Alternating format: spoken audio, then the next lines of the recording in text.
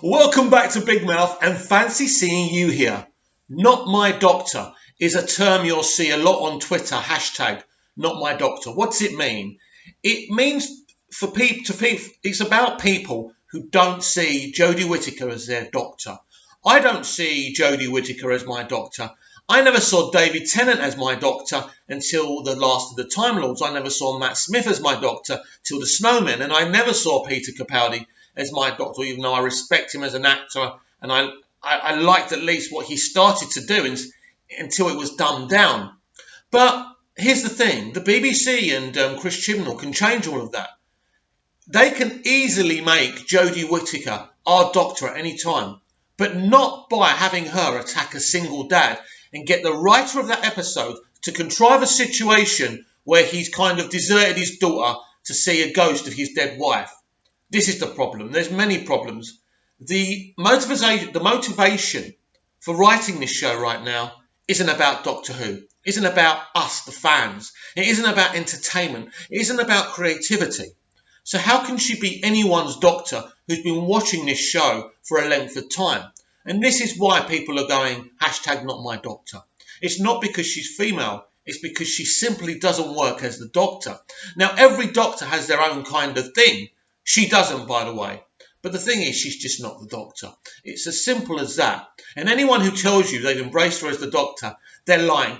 Now, they've labelled us who hashtag not my doctor as feminists, horrible people, because of course that's what they have to do. This is what SJWs do. Label people who don't agree with them as the problem. But in fact, they are the actual problem. They're the ones who have destroyed Doctor Who by making Doctor Who this way. It just hasn't worked, has it, this season? It hasn't. I don't want to go down the avenue yet again about the ratings or other things that I can easily use as evidence to prove that this show simply doesn't work with this doctor, with this showrunner. But as I say, it's easy to change that.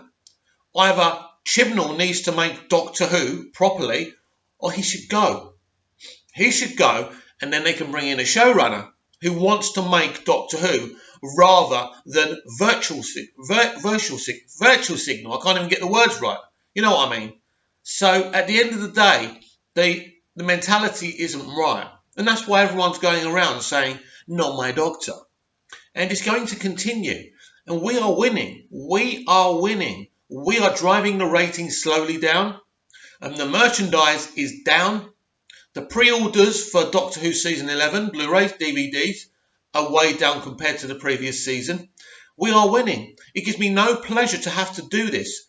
But I will do whatever it takes to bring this version of Doctor Who down. Because I want to win back the soul of this show and this character. Because these people don't care about Doctor Who. They've decided, as I keep on saying, to make Doctor Who a test case, an SJW test case. And their test case and their SJW experiment has failed big time. Big time. And it will continue to fail. I expect the ratings for the finale to go slightly up. That's understandable. It's a finale. But it's not a built-up finale. There's not a moment here. There's nothing going to happen here. Yes, Tim Shaw looks like he's going to return. So what? Is there any kind of relationship, dynamic between him and the Doctor? Not really.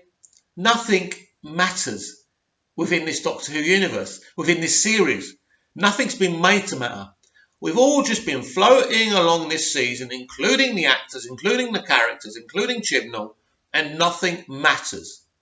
And that is the real issue for me.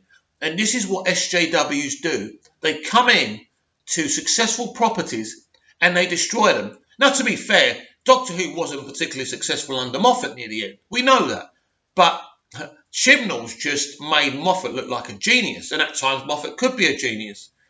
But ultimately, this guy isn't running a good era of Doctor Who. Jodie Whittaker isn't a great doctor. For me, she's the worst doctor. She's the most useless doctor ever. And that ain't changing anytime soon, unless they change their mentality. And they know they're in trouble. That's why they shoved the scarf on her. I mentioned this, didn't I, last week? They shoved the scarf on her to try and show us, look, she's the doctor too. Remind us that she's the doctor. And if you have to remind people that she's the doctor, then Houston, we have a problem here. She ain't the fucking doctor. And she's not. She's not the doctor, and she doesn't care about being the doctor or not. She cares about making a point that a woman can play the doctor as well. And guess what? A woman can play the doctor. Maybe she could play the doctor better if she was instructed better, if she was written for better. But of course, she's part of it. She's part of this agenda. So she's part of the problem as well. We've seen what she said publicly. Of course, most of it, she's been fed what to say. But she probably agrees with it anyway. She's tried and tried and tried. But when I look at the episodes, when I look at this week's episode and what they did with the single dad, every week they've hated on men, especially white men. You know, to cast a female doctor is one thing, but to go down this avenue of calling out men constantly, that's down another. That's a passive-aggressive agenda, and they've done it every single episode. What's sickened me with the single dad, Eric, should we call him Eric the Viking? Pretty much what they should have called him, seeing they stereotyped his first name.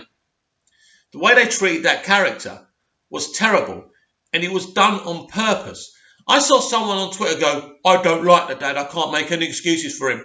That's the whole idea, you nitwit. They want you to hate him. They want you to hate the single father. They hate him because he's a man, but they created him for you to hate him. That's why they had him desert his daughter, so you can hate him. But the reality is, we know the truth. We know why that character was written that way. Or the cringy episode, was it Arachnids in the UK, when they had that guy doing the Trump impression? Boring. I don't want to see that. I don't even want to hear Trump's name. You boring people who don't have any fucking imagination. You have taken our show and you have crushed it. You have crushed it. And you wonder why people are saying, not my doctor. There's a deeper reason for that. The reason people are saying, not my doctor, because the version you've given us is just not good enough. I saw the way she was seething at the Norwegian guy. And every time she looks at a man, she's ready to put them down or seethe at them. We know what's going on here. You have to be blind not to see the SJW political agenda that's going on with season 11 of Doctor Who. So absolutely, she's not my doctor. But that isn't written in stone. They can do something about that, as I said on the top of the show. They can change that quite easily by actually caring about what happens to Doctor Who. They haven't even bothered developing this doctor. The biggest thing they did with her was her crying that she has to prove herself because she's a woman. You're boring me, Jodie. You're boring me, Mr. Chibnall. You're boring me, female writer of the last, not this episode, but the one before, when it went really, really feminist, right? It's all boring. I'm not interested in you. I'm the one who buys the stuff.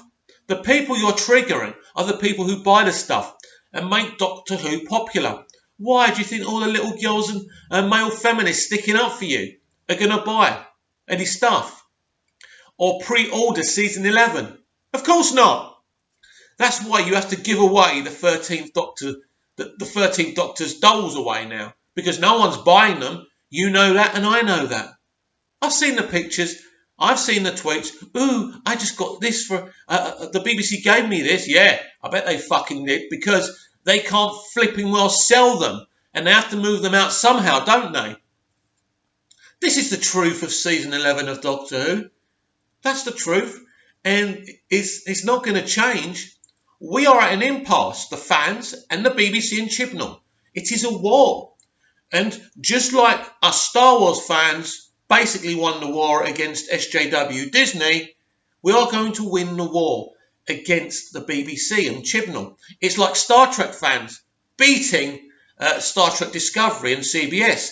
And now they're changing season 2 and bringing Spock in and changing what the Klingons look like again. More accurate to what they should look like. This is what happens. In the end, the people will always win because we're the ones who spend the money. Now, they can put their politics, they can be self-indulgent, but in the end, if they're not making money, they can't go forward.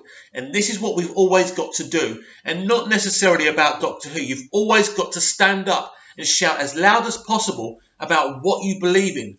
Because if you don't, these SJWs will destroy the whole world. Give them the chance, they will. They've destroyed Doctor Who. Don't let them get away with it.